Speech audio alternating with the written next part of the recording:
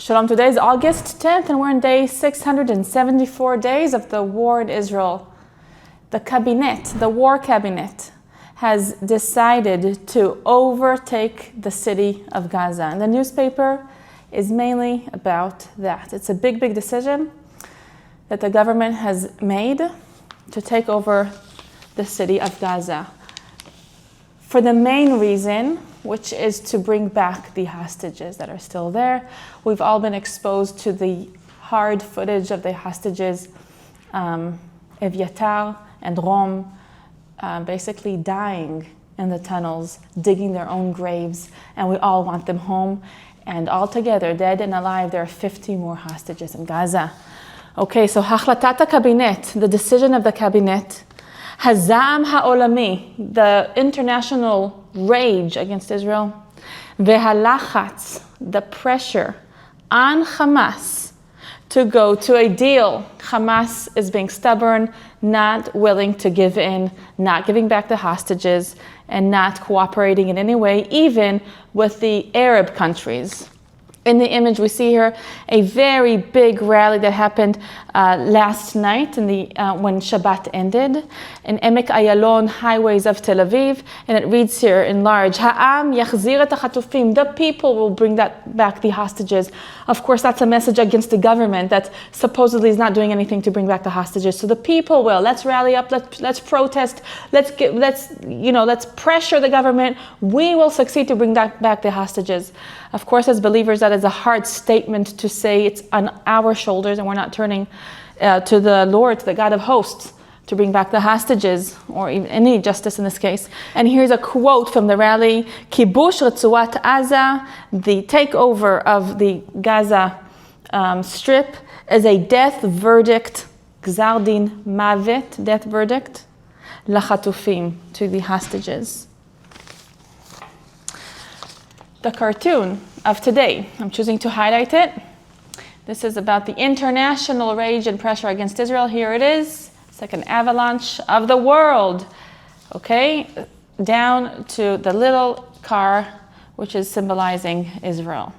And we'll see where it's going to, crushing Israel, about to crush Israel. In this little sign here, it says, Sakana Mapolet, danger, avalanche. Let's look at this opinion article before we go to the main article. It's by Gilad Sharon. Gilad Sharon used to be a Knesset member of the Likud party. He's also the son of Ariel Sharon, who since passed away. Ariel Sharon was the Prime Minister of Israel in 2005 that was in charge of the disengagement of Israel from Gaza. Hahitnatkut in Hebrew, if you remember that. We just marked 20 years from the disengagement from Gaza. So here he is, he's writing, Hamas is Gaza and Gaza is Hamas. He says, I'll explain this simply for those who have a difficult understanding this. Hamas is Gaza, and he says this again, and Gaza is Hamas. He says, when Benjamin Netanyahu refers to the citizens of Gaza as victims of Hamas, that helps the enemy. No, they're not victims of Hamas. The citizens of Gaza are Hamas. He says if they were just victims of Hamas, Gaza wouldn't look like she looks like today, meaning we are destroying every house that has some terror infrastructure in it. And there are so many civilian homes with this, so they are cooperating with the civilians are cooperating with Hamas. If they were not Hamas, they would go against Hamas heavily. They would not choose them. They would not cooperate with them. And we know there's some pressure there inside. But he says this very clearly, that we owe nothing to Gaza. And when we understand that, we will work much more efficiently in Gaza. Gaza does have a mutual border with Egypt. Egypt can take care of them. We do not need to take of their humanitarian aid, of their children, of the food. We are constantly helping and aiding the enemy themselves. He says, of course it's Ra in Gaza. Ra means bad or evil or difficult. Of course it's hard in Gaza. And it will be even worse in Gaza if they will not bring back the hostages. So he's very clear. He says he's the only one that voiced it when he was a Likud member. Others think like him, but they were too coward to express it, he says. Let's read the blue text right now. It says, Medinat Gaza patcha b'milchama negdenu. The Gaza country, he calls it, not a strip, the country, opened in a war against us on October 7th. Its citizens are full of hatred. They samchu v'tzahalu. They jumped up and down or were rejoicing when the horrible atrocities happened on October 7th. And they also took part in it. As we remember, even civilians ran in on October 7th to kill and destroy Israelis. And now they are paying the price. So he calls Gaza also a country because they have set borders, they have a government, they have an army, a terror army, very, very clear. They have weapons, they have ways to protect themselves. They're completely a country, and we should treat them like that. We owe nothing to them. So this is Gilad Sharon's opinion. What do you think? Okay, next to the main article, Israel b'milchama. Israel is at war. Against the chief of staff's opinion, it says here, the cabinet chose to take over the Gaza Strip. The mediators are looking for new suggestions from Hamas regarding the Chatufim, the hostages. The headline is called Mitchaprim Be'aza. Mitchaprim is from the word digging into Gaza. So there's a play on words here because Mitchaprim is also something you use in Hebrew when you dig deeper, not always in a positive way.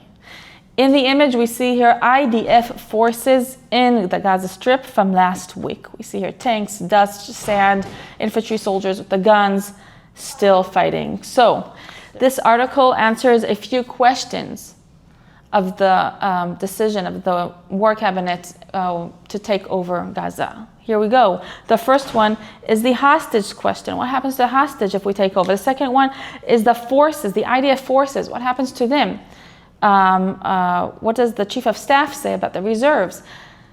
She'elat hayom acharei. The third one is the day after question. Fourth is the question of the aid, the humanitarian aid, and fifth is the political question. So I'll go over it briefly. She'elat hachatufim, the question of the hostages. It says even though Gideon's chariots, which was the last ground maneuver operation that happened, even though they succeeded military-wise, they did not succeed to bring back the hostages. For some reason, they're saying that for some reason the government thinks that a second operation like this will bring back the hostages by putting more pressure on Hamas. There is no guarantee that the hostages will stay alive, even though the IDF will try to protect those areas. They know where the hostages are. They'll try not to do any ground maneuvers right around the hostages. The second issue of the forces is the load. The reserve soldiers are carrying a heavy load. It's called omes kitzoni, an extreme load. They've already told their commanders that they will not show up in July and August to fight. The children are on summer vacation. They're home. The fathers want to be home with them. There's also maybe work for these soldiers as fathers and studies for the students. Anyway, so July and August, it won't happen. And then there's also the holidays in the beginning of Tishrei in Israel, which is like September. So they're thinking to do this maneuver around October. The maneuver is taking over Gaza City. So that's another issue about the forces. So we went over the hostages, the forces. We, just for the sake of time, we'll move on to the next article. And this is the very big dramatic rally that happened yesterday night in Ayalon highways of Tel Aviv with bonfires in the middle of the streets. A lot of people demonstrating against the takeover because of the hostages. They're saying that will endanger the hostages' lives. And this has been the continuous tension between the people of Israel to continue to take over Gaza and to fight or to stop the war and bring back the hostages. But hey, there's no guarantee that Hamas will give us back the hostages if we stop the war.